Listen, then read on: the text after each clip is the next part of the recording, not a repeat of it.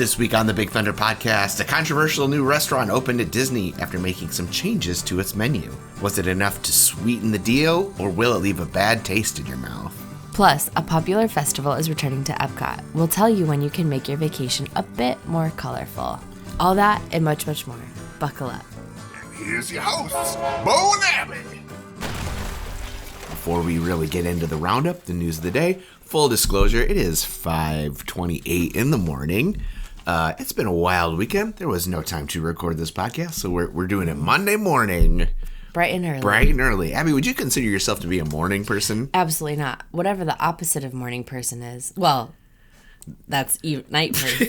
Oh my God. Yep. It's gonna be a good show. Yeah. I am a night, but I'm not even really a night owl. No, you're not. Once it hits like 7 p.m., I'm like, well, it's time for jammies. It's time for bedtime. I'm just a tired person. Yeah. I consider myself to be like a raccoon. I'm a child of the night, and I eat like garbage, so... Oh, my God. Yeah, so this is either going to be a really wild show or a really terrible show. Only one way to find out. If you're new to the Roundup, this is where we take a look at the biggest stories out of the week. This is less breaking news and more, hey, did you hear about this? Mm-hmm. So, hey, did you hear the Cake Bake Shop had its soft opening? You know, I heard about that. Last week's episode, or 2 weeks ago. 2 weeks ago, we talked about the prices, and we'll get more into that in a minute. 2 weeks ago, we talked about the appalling prices of some of the items, like an $8 Coke and an $18 peanut butter jelly sandwich. I think especially because I think it takes a lot for us to be like, man, did you see how expensive this is at Disney? Because like we're pretty used to everything being expensive at Disney. Mm-hmm. And holy cow. When you get there, it's just like all relative. Yeah. It's like, yeah. Anyways. Okay. Yeah, because really what I do want to talk about is the price. So yeah, they had their soft opening.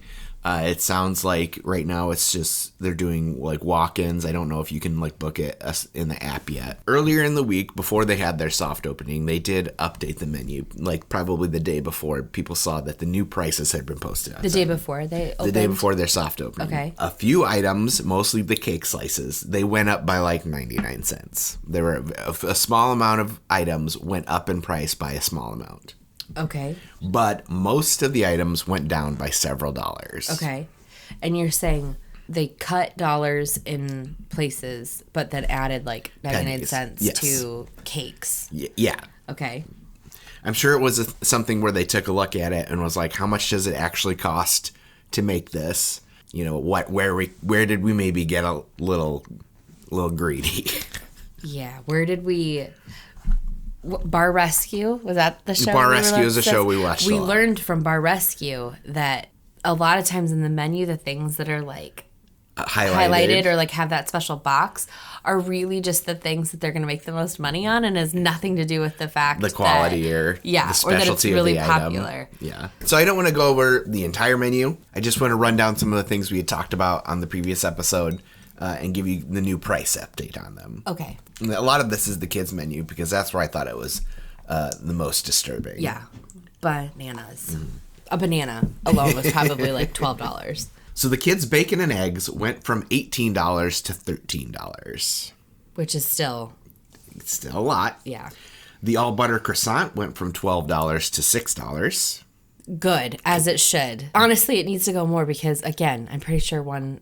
next door in France is like $3. Yeah. The kids' buttered noodles went from $18 to $14. Must be fancy butter. Probably homemade noodles. That's true. The PB&J went from $18 to $13. No. I still don't know. No. The Millionaire Cake went from $26 to $23. The hot chocolate went from $13 to $10. Okay. And a Coke went from $5 to $7. So yeah, it's still pretty pricey, but I don't think it's the hard pass that it once was.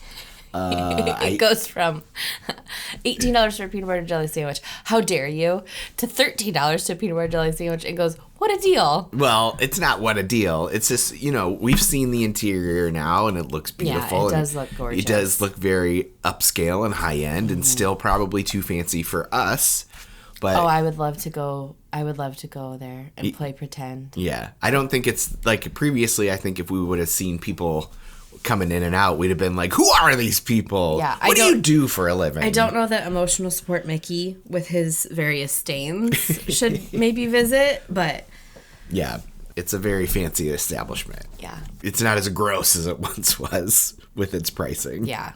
I mean, the portions better be big. It better not be like a big giant plate with a lot of the fancy sauce and like a bite of food. It did seem the cakes looked pretty big. I thought the cake slices looked even a little bit bigger than you got at Gideon's, in my personal opinion. Gideon's also is like... Yeah, but like when I looked at it, so we watched a video last night where the cakes were being experienced. Mm-hmm. And, it's 3 tiers. It's three layers. 3 layers. Yeah. Not tiers. But when I was looking at it, I was like, each one of those layers looks like it would be a normal piece of cake. So, like, if you think, that could easily be shared. Oh, yeah, for sure. If you had 4 people, you could share a piece of cake. Yeah. But a lot of the fun is everybody gets something and then... Yeah. But so you think, like, if you have 3 people, 4 people sharing a $24 cake... You look at it that way, it breaks out a lot easier. It sure does. But in reality, we're going to be like, everybody get a slice, and we'll pass it around, and we've spent $100 in cake. Who's this we you're talking about? That wouldn't be me. That would be me and my children. Moving over to some news from Disney Springs that happened kind of abruptly. The Star Wars Trading Post has closed. Why? Yeah. So, for those unaware, there were 2 Star Wars theme shops in Disney Springs. The Trading Post was kind of the bigger one that you go to. That's kind of like right as you enter from the east side. It's in the marketplace area. I'm always like, do you know where the Christmas store is? It's just a hop, skip away from the Christmas store. Well, put a pin in that because that's probably why. And then the sort of smaller of the 2, that's the Galactic Outpost. That's the one over on the west side. Okay.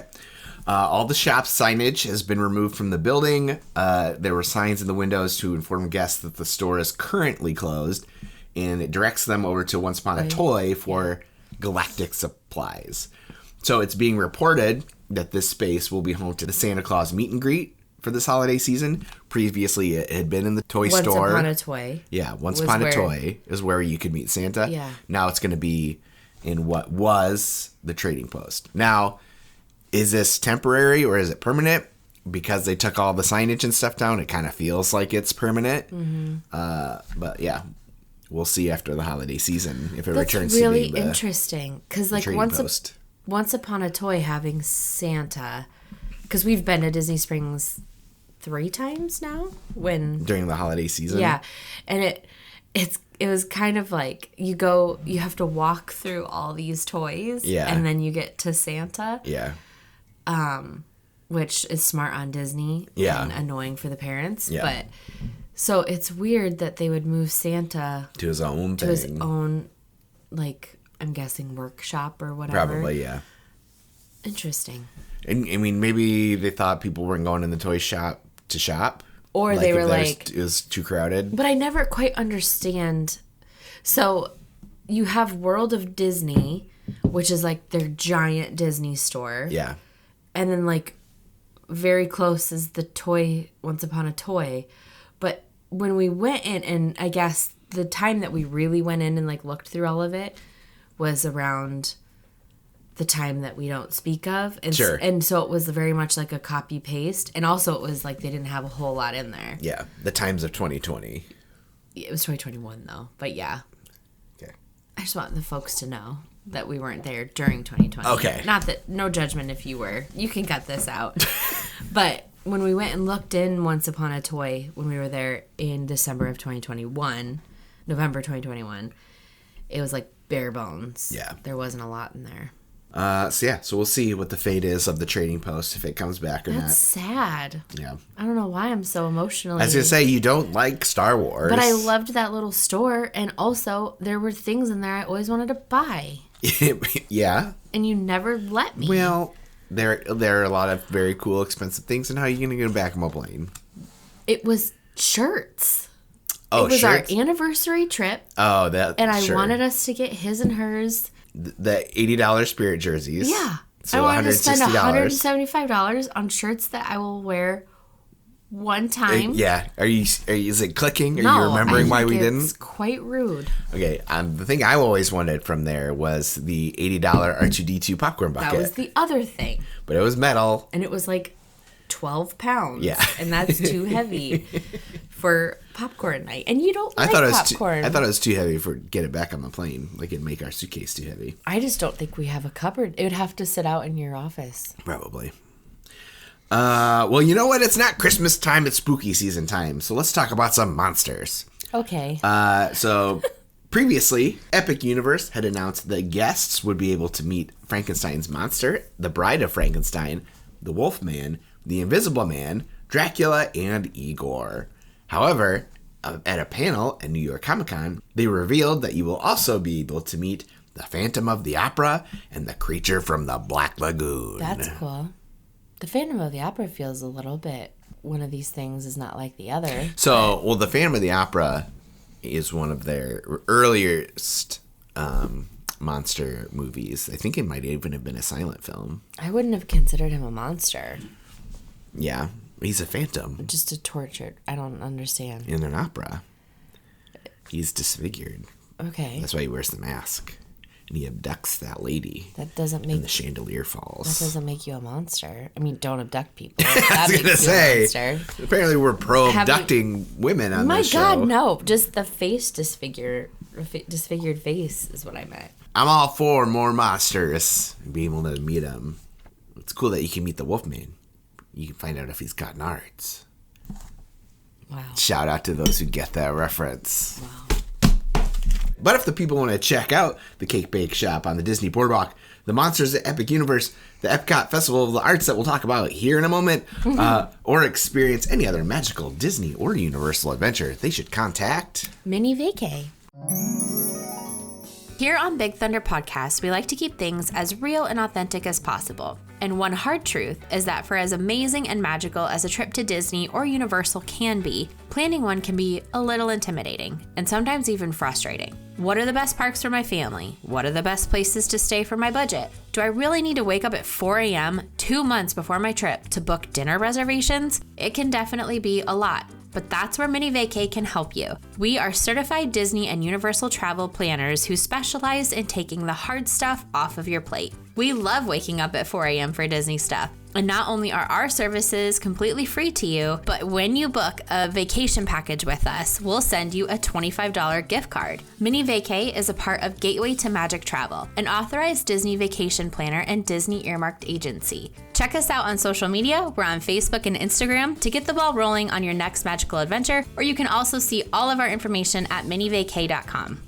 So one of my favorite times to visit Disney is during the International Festival of the Arts over at Epcot. Mm-hmm. What can people typically expect at this festival? I love this festival because it's so bright and colorful because it's all about art. So right off the bat, I think Epcot is kind of like, if you take away the festivals, it's just like very gray. It's just like cement and then Spaceship Earth. Yeah. Everything's just like very like neutral.